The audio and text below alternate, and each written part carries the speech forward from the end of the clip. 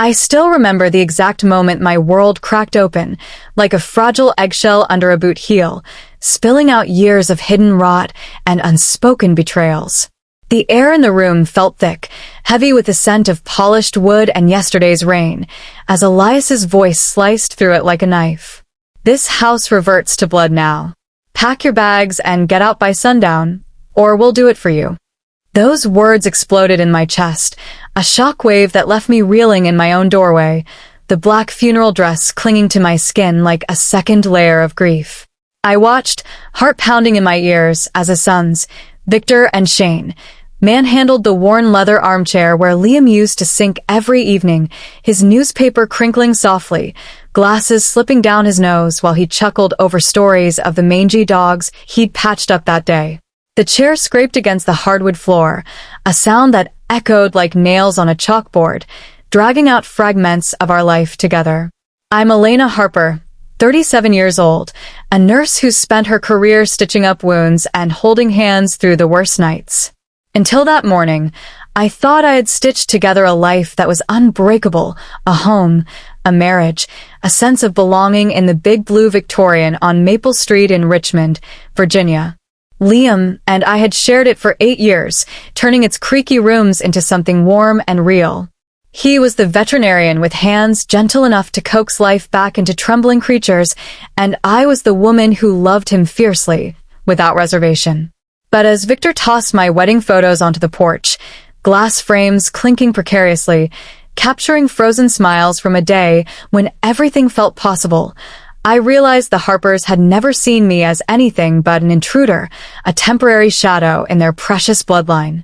The locks had been changed overnight while I crashed at my sister's, exhausted from the blur of the funeral. I'd driven back expecting quiet solitude to grieve, but instead found Elias commanding the space like a general on a battlefield, his weathered hands gesturing at my belongings as if they were spoils of war. The morning light filtered through the lace curtains we'd hung together, casting long shadows that danced mockingly over the chaos. Boxes everywhere, furniture tipped at odd angles, the scent of dust and old books mingling with the faint, bitter tang of Elias's aftershave. Liam wouldn't have wanted this, I whispered, my voice steady but my hands trembling at my sides, knuckles white as I gripped the doorframe. Elias spun toward me, his eyes narrowing into slits of smug victory. Liam's gone, Elena. Buried and done. He was always too damn soft, letting his heart rule his head.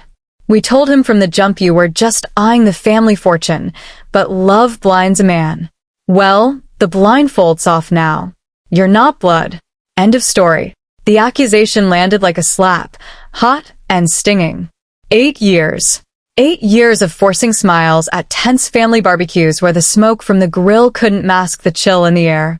8 years of overhearing whispers that cut deeper than any scalpel I'd wielded in the ER, conversations halting abruptly when I entered a room, leaving awkward silences thick as fog. 8 years of being relegated to the periphery at weddings and holidays, treated like a polite guest rather than Liam's wife. I'd swallowed it all, bit back retorts, for him. Because Liam believed in bridges, in time healing old prejudices. He'd squeeze my hand under the table and whisper, "They'll come around, love. Just give it time." Time had run out. Victor huffed past me, sweat beading on his forehead as he lugged a box of my books, nursing texts mixed with Liam's veterinary journals, pages dog-eared from late-night discussions over coffee that tasted like comfort and shared dreams. "Most of her junk's out, Dad," he called over his shoulder. "Kitchen next." Elias didn't even glance my way. "Grab the good stuff. The silverware, that antique clock. Leave the trash. She's got till sunset to scrape up whatever we don't want." The casual dismissal ignited something cold and unyielding in my gut, a steel resolve hardening amid the ache. They saw me as weak, as someone who'd fold under pressure. But Liam? He'd seen them for what they were long before I did. And he'd prepared. It all traced back to that first dinner, 8 years ago, when Liam drove me to the family estate on the outskirts of Richmond, a sprawling place with manicured lawns that smelled of fresh-cut grass and old money. I was nervous, smoothing my simple dress, hoping my stories of night shifts in the hospital would charm them. Instead, the reception was frostier than a winter ER waiting room. Clara, Elias's wife, had eyed me over her wine glass, her perfectly manicured nails tapping a rhythm of judgment. "She's very practical," she'd said, the word laced with condescension, as if practicality was a flaw, a stain on their polished legacy. I'd been clearing plates, the clink of china echoing in the high-ceiling dining room, while Liam discussed clinic expansions with his father. "I suppose that's necessary in your line of work," Clara added, her smile not reaching her eyes. The subtle barbs escalated through our courtship.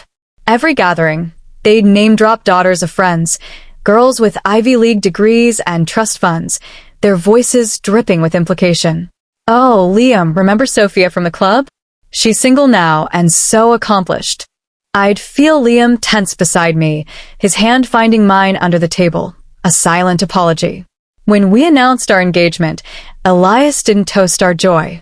He cornered us in his study, the room heavy with the scent of leather-bound books and cigar smoke. "Family property stays with blood," he declared, leaning back in his chair like a king on a throne. "The house, the land, the clinic, it's been that way for generations." Liam's got stars in his eyes, but you strike me as sensible, Elena. You understand protecting what's ours. Liam shifted uncomfortably, his face flushing. "Dad, this isn't the time." "It's exactly the time," Elias pressed. "Legacy isn't romantic. It's ironclad." I nodded politely, my stomach churning with rage I couldn't voice. Not then. Not for Liam's sake. I didn't crave their wealth. I craved Liam, the man who'd wake at 3 a.m. for emergency calls, his voice soothing over the phone as he promised to save a hit-and-run pup. The man who'd wrap me in his arms after my long shifts, murmuring how my strength inspired him. But Elias's words planted a seed of doubt, one that grew in the shadows of every slight that followed. Liam noticed it all. The way Clara would rearrange seating charts at dinners, shoving me to the far end where the conversation faded into murmurs. The holiday invitations laced with hints. "If you're working that day, Elena, we understand. Nurses are so dedicated." The backhanded compliments. "You're so independent. It's admirable, really." One Sunday afternoon, I caught Clara's voice through the thin kitchen walls while I fetched dessert. The scent of apple pie wafted around me, sweet and cloying, contrasting her bitter tone. "She's nice enough, I suppose, but she's not our people, Liam. You could do better. Think of your future. Your children deserve someone who fits." Liam's response came swift, his usually gentle voice edged with steel. "Mother, Elena is my future. She's compassionate, resilient, everything I need. That should be enough for you.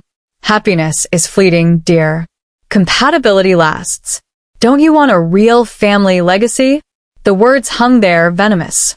Liam found me moments later, his arms enveloping me in the pantry's dim light, the shelves pressing against my back. "I'm sorry," he whispered into my hair. "They're wrong. So wrong." But in his eyes, I saw a flicker, a dawning realization that his family's warmth was reserved for blood alone. The turning point came 3 months before the end, at his cousin's wedding. The venue was a grand hall in downtown Richmond, air thick with floral perfumes and champagne bubbles. I played my role, smiling outsider, nodding at small talk that skirted anything personal. Excusing myself to the powder room, I returned to overhear them in a side room, voices low but carrying through the cracked door like whispers in a confessional. "When Liam's time comes," Shane said casually, as if discussing whether it all reverts, right? "She can't hold on to it forever." Elias's laugh was gravelly. "Blood wins out. Always. Wives get a grace period, but the house, the land, the clinic, that's ours. No complications." Victor chimed in, his tone eager. "Good. I've got plans for that Victorian. My kids would love the yard." Clara's voice dripped acid. "The real issue is prying her loose without a scene. Types like her get greedy when legacy's on the line. Maybe she'll remarry fast, problem solved." I retreated to the bathroom, splashing cold water on my face, the mirror reflecting a woman pale with shock. They were plotting my erasure while Liam was still alive, healthy, or so we thought. The casual cruelty, the assumption that my grief would be brief and my claim invalid, chilled me to the bone. Rejoining the reception, I found Liam deep in conversation with his uncle about a rescued owl's wing repair, his face animated, hands gesturing the delicate surgery. "Elena, remember that hawk case last year? Similar fracture," he said, pulling me in, his arm around my waist to anchor in the storm. That night, the drive home was silent at first, the highway lights streaking past like falling stars. Rain pattered on the windshield, a rhythmic underscore to my confession. "Liam, I overheard them. About the estate. They're so sure it all goes back to them when if." He gripped the wheel tighter, jaw set. Then he pulled over under a street lamp, engine humming softly. "Elena," he said, turning to me, rain blurring the windows into a private cocoon. "I've been shielding you from this too long. It's time you know everything."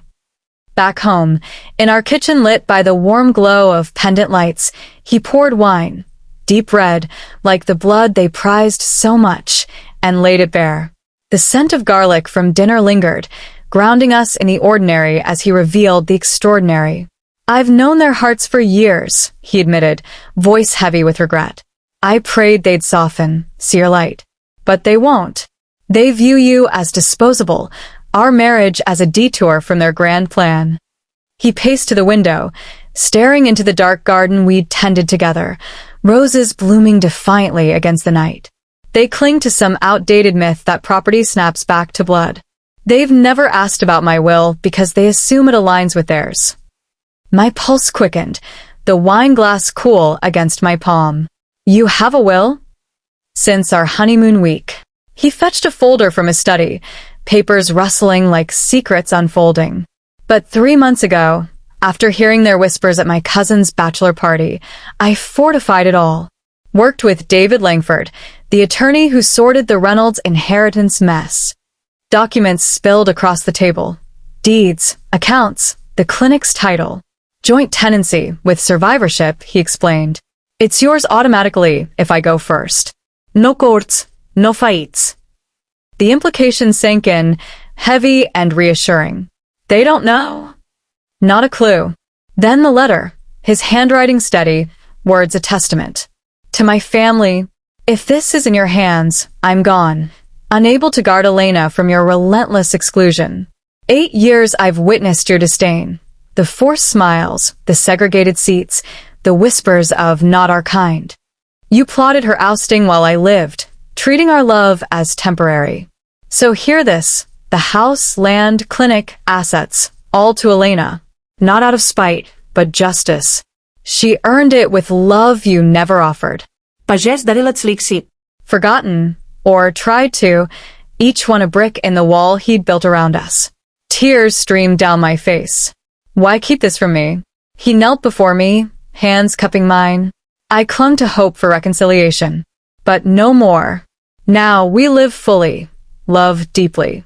And if fate calls me first, you're armored. 6 weeks later, the persistent stomach pain he dismissed as stress from midnight animal rescues revealed stage 4 pancreatic cancer. The doctor's office smelled of antiseptic and finality, fluorescent lights buzzing overhead. 6 to 8 months, Dr. Ramirez said softly, her eyes kind but unyielding. Liam nodded, already planning. That night, amid the shock, he dialed David. Make it ironclad. Time's short. Chemo sessions blurred into a haze of nausea and exhaustion, but evenings were for us, and for safeguards. David visited thrice, briefcase snapping open in our living room, the scent of fresh ink on papers mingling with Liam's herbal tea. Add a no contest clause, David advised. Challenge it, and they forfeit everything. Absolutely, Liam rasped, determination unbroken. His family's visits ramped up, but their focus was predatory, eyeing heirlooms, murmuring about post-transition upkeep. Clara cornered me one afternoon while Liam dozed, the bedroom fan whirring softly. Have you thought about where you'll go after? This place is too much for one. This is my home, I replied evenly. She patted my arm, condescending. Temporarily, dear. Long-term, something smaller suits a widow. Family resources for family property, you know. I held my tongue, fury simmering. The nadir came 2 days before the end. Victor and Shane in the hallway, voices hushed but piercing. Dad says move valuables pre-funeral. Locks changed too, just in case she fights. And the clinic? Notifie client. Dad's lined up Dr. Harlan to take over. I froze outside Liam's door, the monitor beeping steadily, a metronome to their betrayal. That night I told him my voice. Breaking. He opened his eyes, morphine clouded but sharp. Already carving it up? Yes. He grasped my hand, frail but fierce. Don't yield, Elena. David's got the arsenal. You own it. Promise you'll stand tall. I promise, I whispered, kissing his forehead, tasting salt from my tears. He slipped away on a crisp October Tuesday, golden sunlight bathing our bed in ethereal light. I held him, whispering love eternal, until his chest stilled. The funeral at Grace Cathedral, where we'd wed under stained glass rainbows, was commandeered by them. Second row for you, dear. Clara cooed. Family front. I complied, gathering ammunition in their dismissals. Post-burial, Elias at the graveside, earth still fresh. Few days grace, then clear out for Victor's brood. Keeps it in blood. I met his gaze. This is my home. Was, he corrected. Grateful for your care, but blood calls. That night at my sister's, her cozy den smelling of chamomile tea, I unburdened. She raged. I smiled faintly. Liam handled it. Morning brought me back, to their trucks in my drive, shadows flitting inside. I phoned David. They're looting. On my way. Let them deep in the grave.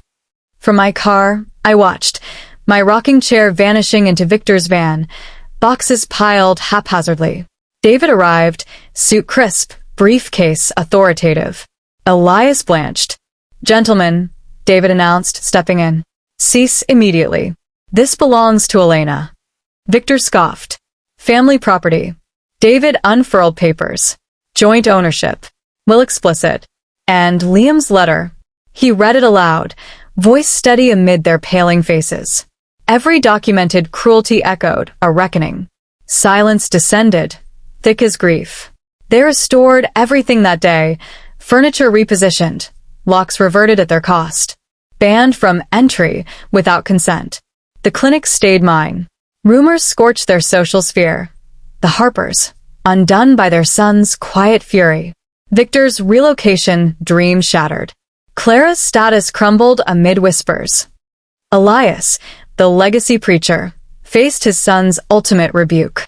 I linger in the Victorian now, Liam's chair cradling me, the house alive with echoes of our love. His gift? Not material. Validation, our bond unbreakable, worthy of fierce defense.